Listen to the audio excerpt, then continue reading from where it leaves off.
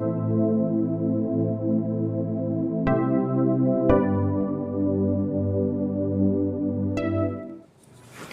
to AETCM. Today we'll be discussing about a middle-aged man who was brought to ER with complaints of with history of an acute agitated behavior since past few hours. So the 52-year-old patient was brought to ER with history of acute agitated behavior since past 3 hours. He came around 11 p.m. at night. There was history of excessive talking and irritable behavior since past 3 days, but it worsened that day evening, so they brought him to the hospital. On my initial 10-second assessment, he was conscious, he was continuously talking, he was not cooperative to the staff or relatives, and he was irritable and he was aggressive on any verbal prompts. So I went to my primary survey. His airway appeared to be patent since he was talking continuously, and there doesn't appear to be any features of airway obstruction. Breathing part, he appeared to have equal and adequate chest excursions, and rate appeared to be about 20 per minute. Circulatory part, he didn't appear to be pale or cyanosed, but he was not cooperative for any vitals recording. Disability part, he was conscious but confused. When we asked his name and occupation, he was replying normally, but he was confused about the time and place where he was, and was not cooperative for any vitals recording or placing of IV cannulas. Exposure part, he didn't have any external... So you told relatively normal respiratory rate, right? Relatively, yeah. Like was not tachypnic or... Not very tachypnic or not very shallow also. What is it? Does it give us any reassurance on anything? In a very agitated patient? It was almost like in a normal limit, this thing. Agitated people are generally hyperventilating, so. So kind of, we'll come to it later. Certain causes are less likely in this patient. Okay, we'll come to the causes later. Fine. So exposure part, he didn't appear to have any external injuries or abrasions, conditions, anything like that. And we received him in a trolley and actually far away from the regular patients. Since he might recur any like restraint or anything, so we placed him in a trolley a bit far from the regular patients. And we continued with our secondary survey. We took a detailed history from the bystanders. See, acute delirium. This is what no patient is having. So, what is the one investigation that you need to do with this patient? GRBS. GRBS. So, what was the GRBS? 123. 123. See, first of all, when a patient with acute delirium coming to the emergency room, the most important two differentials can be, one is hypoglycemia. We don't know. Usually, maybe the initial 60, 50, that range, they might have this behavior. Later on, they will go comatose and they will become unresponsive. So that is they can have seizure also. And the next thing is that fever. That's the one most common thing. They can have an acute febrile episode. They can have this altered sensorium and come to the emergency room. But in this patient, there is a gradual onset since last 2 to 3 days. It was like this. And other thing that you need to look in for the metabolic, all other parameters. But two things, important things that we need to immediately look into is one is hypoglycemia and other one is temperature. And most commonly, when you look into the emergency room, one of the other most common reason will be an hypoxia. The patient might be going for an hypoxia, a respiratory failure. So when you look into the patients in the ICU especially, they might be in a non-rebreathing mask or maybe an NIV. Suddenly they became agitated and after some time they will go into a respiratory arrest. That's a usual pattern. That agitation is due to that hypoxia. So if you are not treating that hypoxia at that point of time, the patient will crash. So altered sensorium or an acute delirium in an emergency room, it is not supposed to be always a psychiatric issue. You have to rule out all other major causes, life-threatening causes. Hypotension also can also come with altered sensorium. Hypoxia is one of the key cardinal signs that we need to rule out that there is no hypoxia before giving any of these sedative agents. If the patient is having an hypoxia or later altered sensorium, when you are giving some other drugs, it can further worsen the hypoxia. So again, in this patient, you have ruled out a hypoxia, and the next thing is hypoglycemia was ruled out. Temperature was normal for this patient for time being. If you're just extrapolating on that, so broadly you can classify it into 4 causes. One is your psychiatric causes. Second is the medical causes in which your hypoglycemia, sepsis related, hypotension, hypothermia, all these kind of things can happen. Surgical causes, traumatic causes can happen. Any intracranial lesions, any trauma to head. And last but not the least will be toxicological causes. So broadly all these 4 things you have to keep in mind. Okay. So in the primary assessment, we didn't have any life-threatening causes as of now. So we went with the secondary survey. We took a detailed history from the bystanders. Basically, the patient's current history is He was recently admitted in our own hospital with history of some cognitive disturbance and intermittent memory loss. It was about 2 weeks back, and on evaluation he was found to have obstructive hydrocephalus with secondary to bilateral foramen of Monro stenosis, and for which he underwent a VP shunting under GA, and after that he was discharged about 10 days back. The initial positive phase was uneventful. He didn't have any other complaints, and he didn't have also any history of fever or anything like that. But since past 3-4 days, he has been showing some abnormal behavior, like mainly with excessive talking, and he was irritable when the bystanders were actually talking to him, and all he showed irritable behavior. But since the patient also had a history of psychiatric illness in the past also, so many years back, but the details they don't have. And at that time, he took medications for about 2-3 years, and then he stopped. What was the psychiatric issue at that point? Issue was more like more like this thing only, more like sudden angry outbursts and all that. See, when you are talking about you cannot just say it's a psychiatric disorder. You have to be very clear whether it was a depressive illness, whether it was an anxiety disorder, whether it was a maniac sort of a disorder, whether it was a schizophrenia. You have to be very specific in telling what exactly the previous psychiatric disorder was. Just claiming to be a psychiatric disorder doesn't mean anything. And anxiety itself is a psychiatric disorder. So exactly what is the reason we should be able to elicit from the history or from the medication whatever he has taken. What was the medication that they have prescribed him during that time? We will get an idea regarding probably what he was dealing with. So that part should be very clear, especially in this patient. And with this background history of this VP, shunt and all those things, the first differential that we should have in our mind is an encephalitis. Even if there is no fever at present, but the first differential diagnosis, recently discharged following an CNS surgery, coming with altered sensorium, we have to rule out a meningoencephalitis. That will be our first differential diagnosis for this patient.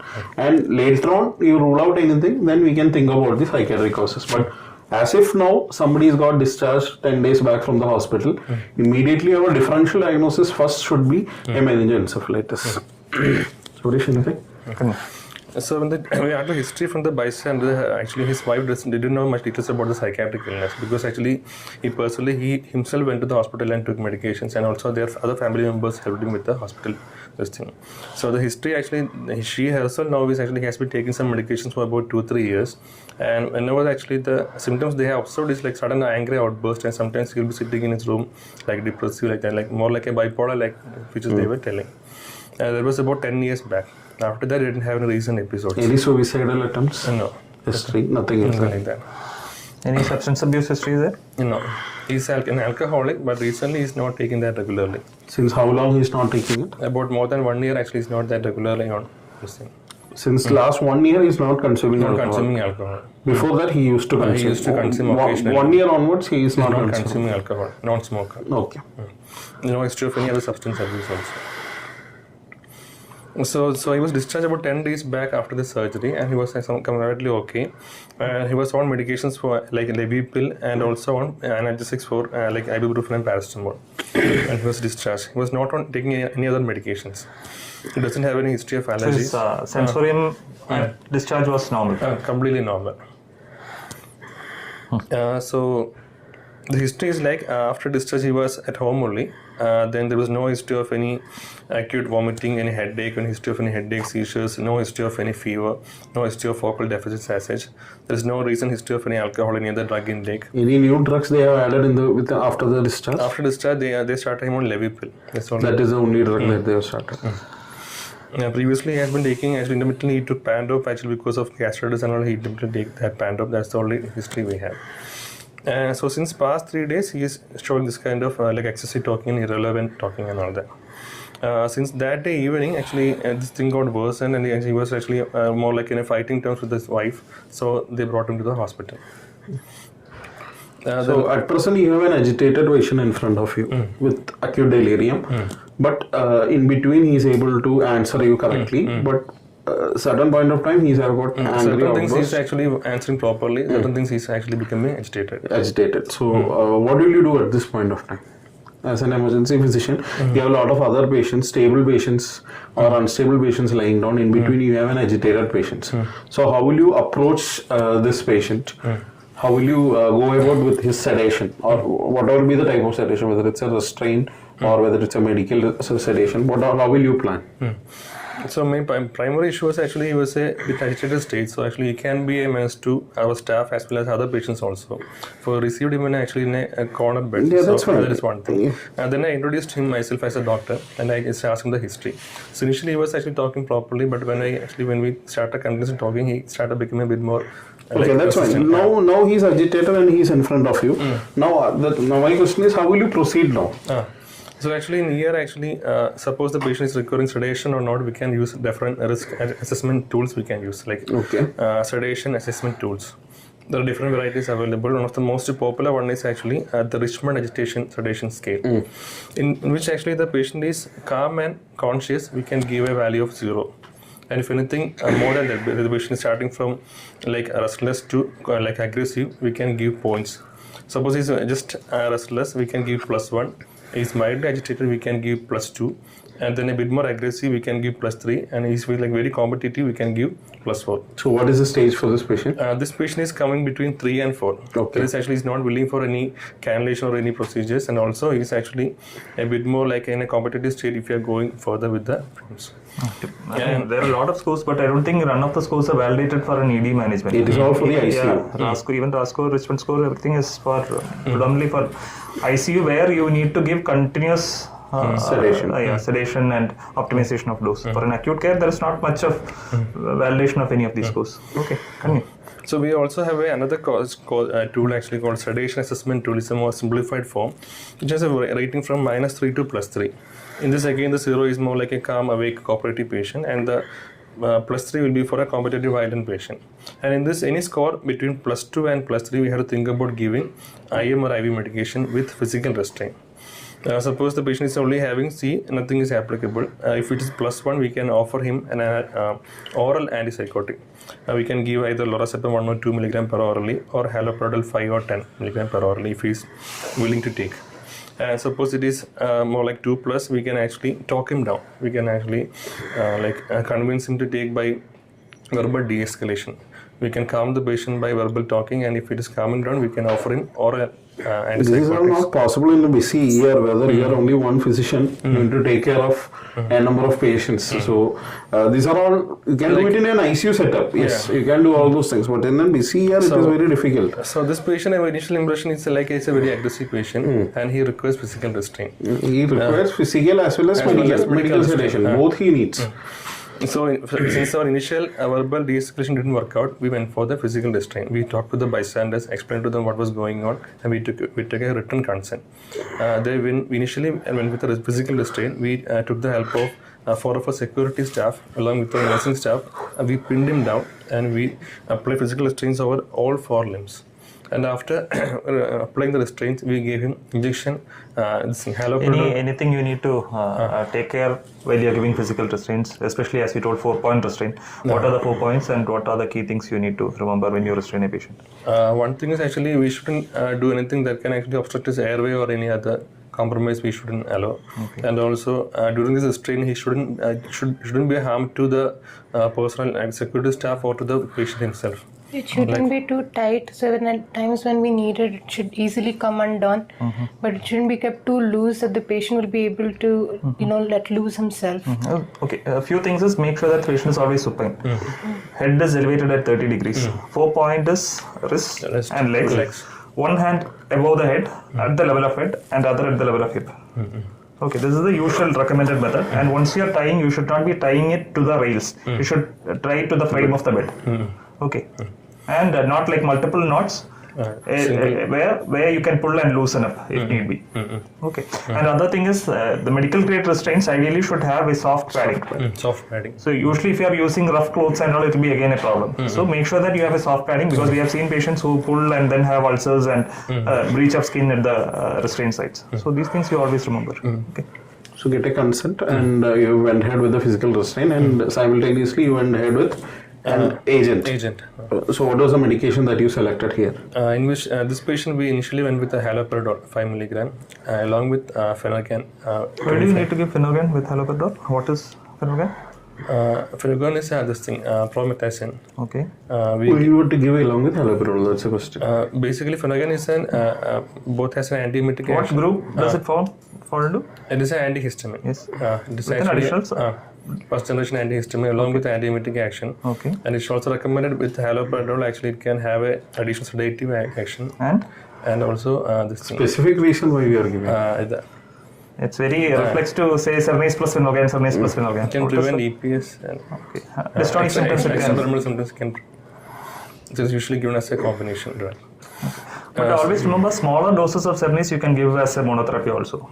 Okay, 2 mg and of haloperidol. Less than 5 mg you can. Yeah, you can give as a monotherapy. It's not always that you have to combine both together. So what is one thing that you will be conscious that before giving haloperidol? So suppose this is a young gentleman without any issue. Suppose there is an elderly male that is coming to you. So Neuroleptic malignance. Neuroleptic malignant syndrome, rather than more in the emergency room perspective. Anything you want to look at There's before? multiple drug interaction. Then QTC. Most important thing is the QT prolongation. Even a single dose of Cernase that is haloperidol, can precipitate an arrhythmia. So you have to be very careful when you are using these drugs with significant cardiac arrhythmia history. A young patient, fine, if there is no further history, you can easily start. Anyway, he got discharged 10 days back from your hospital, you might be having a baseline ECG. So you can just check the QTC before giving the drug. Don't just blindly go ahead and give the haloperidol and Cernase. If you are an emergency physician, you can do as a casualty medical officer, you can do all those things. Once you are really doing an emergency medicine postgraduate program, you should understand the side effect of haloperidol, because it has happened to the expert hand in ICUs where they are not checking for the QTC. They are given one dose and the patient has gone into an arrhythmia and cardiac arrest. So that is one possibility that you need to keep in mind. So you have better agents where there is no need to check off all those things. Is here benzodiazepines.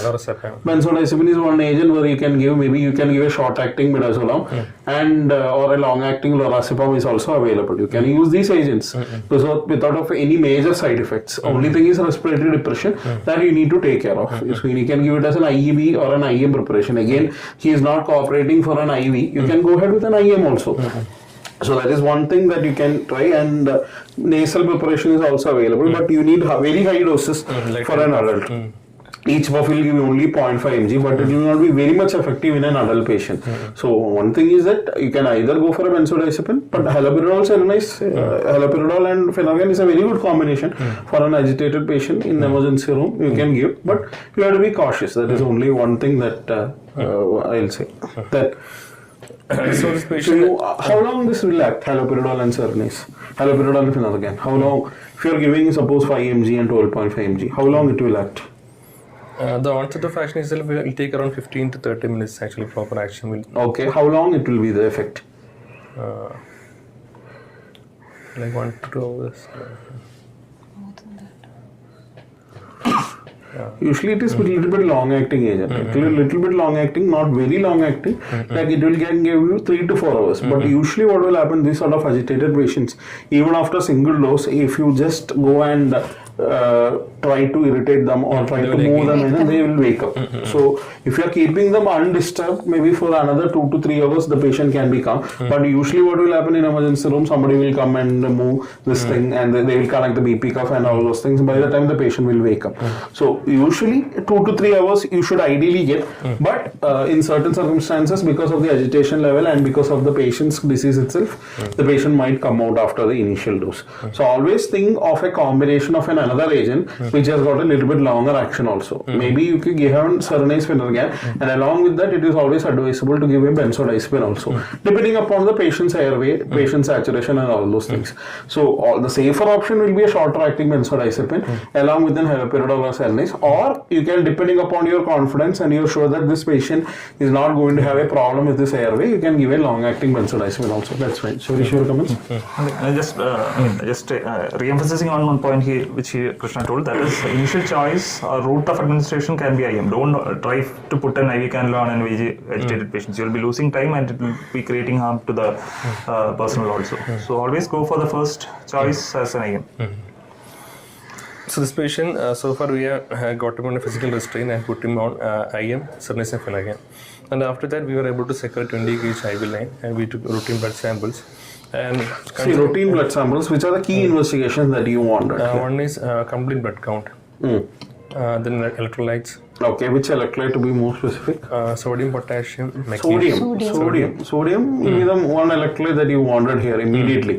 Hyponatremia is the one thing that you need to rule out. The hyponatremia can just present like this. Agitation, altered sensorium. They need not present always as a drowsy. They can come with like 120, 125 and all those range. Already with some amount of CNS infection, they can come with this picture.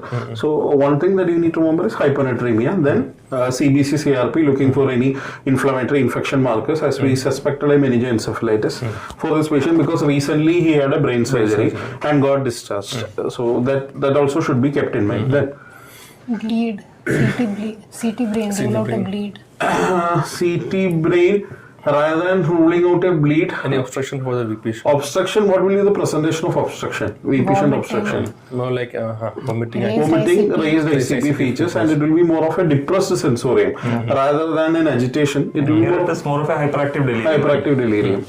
So CT brain plane, definitely you can understand the status of the hydrocephalus, but the information that is going to get is not much. But when you go ahead with an MRI brain with contrast, you'll be able to get a better idea how is the CNS, if there is any evidence of encephalitis, all those things you will be able to see. And later on, we can plan for an LP study also. So this patient, actually we took the routine blood samples, then we took a VBG also. It was with a normal limits, there's no acid derangement, and also electrolytes were with the normal limits. But considering his history of recent surgery, we planned for CT also, because the initial presentation of hydrocephalus was also altered behavior and all that. And so we planned for a CT. But before shifting, he again became a bit more active. So this time we again had to, since we already had an IV line, we gave 2 mg lorazepam was given as IV, and it calmed him down. So the problem what has happened here, we didn't have any plan for a prolonged sedation. We had given the initial, that's always happened in emergency room. We want to just tackle that time, but we are not concerned about after 1 or 2 hours. So that also you should keep in mind. We should have given a lorazepam much more early, that sedation would have prolonged. And the best time to start an infusion is when the patient is calm. Okay. So whenever you are given a bolus dose for any drug, that will be the time to start the infusion, not when the patient is back with the symptoms again. Okay. And any other drug you can consider for this patient? Ketamine can be given. Ketamine is also a reasonably good choice. Both But considering his intracranial issues and all, theoretically there can be problems, but I don't think. Ketamine can be given both as IM or IV, which can be. If there is an alcohol history, what will be your treatment, additional thing that you need to give? Thiamine. Wernicke's psychosis, you have to keep in mind, you have to give a higher dose of thiamine. How much is the dose of thiamine? 500 mg IV stat you have to give, followed by TID infusion you need to give thiamine. So that is one additional agent, and always keep in mind maybe he will have some nutritional deficiency also. There might be some amount of thiamine deficiency for this patient. So you need not give like a 500 mg, maybe 100 to 200 mg IV you can give for this patient also. But we are not evaluating for a thiamine deficiency. So thiamine is one thing that you can correct it. So there is no harm in giving 200 mg of IV thiamine for this patient.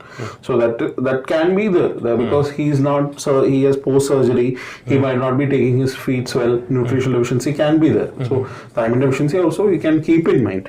Okay. So we shifted this patient for CT. After ketamine, for example, ketamine, what will be the dose of ketamine that you need to use here? We can give 4 to 6 mg as IM per kg as IM dose we can give. You have an IV line, no? So why you want to go for an IM now? So what will be the dose that you will select? 1 to 2. Initially you can go for a subclinical dose like 0.5 to 1. You can go for a sedation, procedural sedation dose that we use is 0.5 mg to 1 mg. You can use. Induction dose will be 1 to 2 mg per kg. So don't go for an induction dose, just below the half the dose of ketamine is enough. Any other agents that you can think of? We can give second generation antipsychotics like olanzapine, and we can give. The tabs are only available. Only tab. If at all we want to start an infusion, any other drug which we commonly use in ICU? Suppose is chronic liver disease patient. Again, one of the most common group of patients that used to come to us is chronic liver disease with encephalopathy and agitational behavior. So one good agent that you can think of is dexmedetomidine. So we can start as an infusion followed by bolus followed by an infusion. The basic issue is if we give Cernase or lorazepam, we may not be able to assess the neurological status of an encephalopathy patient after all. So in those conditions, we can actually go for dexmed. Dexmedetomidine is a very good option. We have been using it for a long time now. Okay. So CT was done. CT was done. CT was actually showing an improvement in the hydrocephalus status post-intubation. So there was no nothing certainly in acute change in the CT. So again, the patient was brought back to ER. So initial evaluation, actually we took an GRBC was normal. ECG was also taken. It was showing a sinus tachycardia with a 108 heart rate, that's all. Then VBG was normal limits. Initial blood demonstrations were also normal. But considering the history, actually we thought in initial phase, it requires more of a psychiatrical evaluation. So we admitted the patient in psychiatric ward. So currently he's undergoing evaluation in under psychiatry. Okay. Ideally, he should undergo an LP also, should be ruling out an encephalitis, but there was no, if the inflammatory markers was negative, fine, then no need to go ahead with the CSF, but otherwise, a recent CNS surgery, somebody is coming with allosensorium, CNS infection should have been ruled out, but since there is no fever and there is no other inflammatory, CRP was normal. No, CRP was normal. You can think it as probably a underlying psychiatric issue, behavioral issue, with whatever he had previously would have triggered following this surgery, or that stress would have triggered this. That will be the one of the reason why he has become agitated. Suresh, anything? Just extrapolating this case, suppose you have an agitated patient in hyperactive delirium suddenly going into respiratory arrest. So what are the key things you're going to remember during intubation and post-intubation? One thing is actually we have to think about the drugs which we may have given beforehand that may have lead to this thing. And then Arrhythmia has to be ruled out. Which one? Arrhythmias have to be ruled out.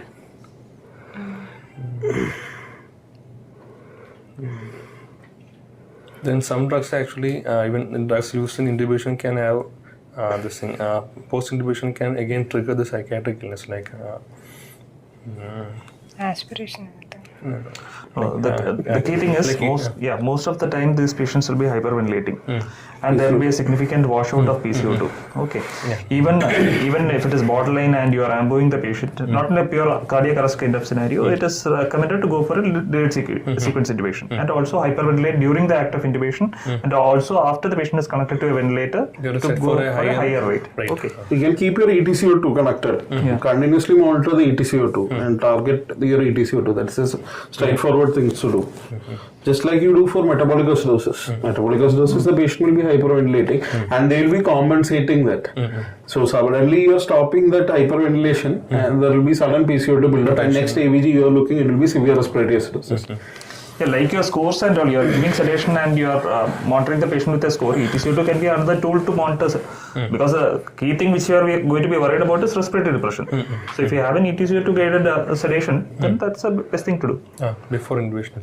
Not really before intubation, once you are giving the patient continuous sedation. Okay. You have the nasal interface also, not the interface that can be connected to the ET tube. You have the nasal interface where a continuous monitoring of ETCO2 can be done. ETCO2 is one tool where we can use in emergency room where we can easily pick up this respiratory failure, the patient going into respiratory failure, everything we can quickly understand. And another thing is that always when you are, especially in all this patient, when you are giving, the problem that you can anticipate is that suppose the patient, somebody has come with a head injury, they are consumed alcohol and they come with head injury, they can come with agitation.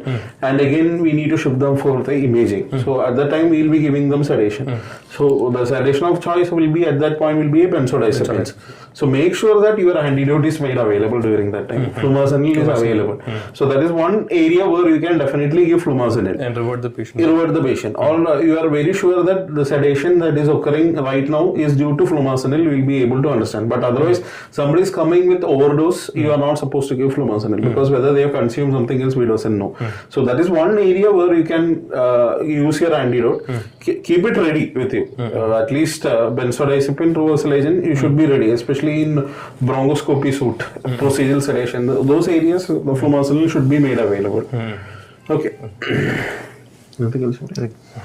So he is under psychiatric care now. So under evaluation right now because they are actually parallelly going with both psychiatric and medical evaluation also. Okay. So that's recently admitted and undergoing evaluation. Okay. So that's one common group of patient that comes to emergency room is agitation. So whatever be the drug or whatever be the type you are selecting, keep the deadly thing in our mind as the first cause of altered sensorium. Whether it is a hypoxia, whether it is a hypotension, whether it's a simple hypoglycemia, hyperpyrexia, these things you need to keep in your mind and rule out the medical causes, major medical and traumatic causes and toxicological causes also. Then only we can label somebody has got a psychiatric issue. Just labeling them psychiatric straightforward, we'll be missing all those things. So hypoxia, because we have seen patients with hypoxia coming with altered sensorium. So hypoxia is the one most common reason why you can have an altered sensorium in emergency room. So just make sure that you go ahead with your normal evaluation, that is airway, breathing, circulation. Then you make sure that everything is fine. Then only think of other causes of whether it is metabolic or whether other toxicological. And finally, if you rule out everything, you can label probably it is a behavioral or a psychiatric issue. So that pattern you need to keep in mind. Yeah, and also one more thing regarding an agitated combative patient in ER, there are a lot of other non-pharmacological measures and guidelines which have been recommended also. But remember that one key thing is that always, if the patient is not restrained, never go more than an arm's distance to the patient. Okay, while you are conversing and all. So before you move into the closer zone of the patient, make sure that the patient is restrained well. Okay, that's one area where we have to take care of our safety and the staff safety also. Okay. Thanks. Thank you. Okay.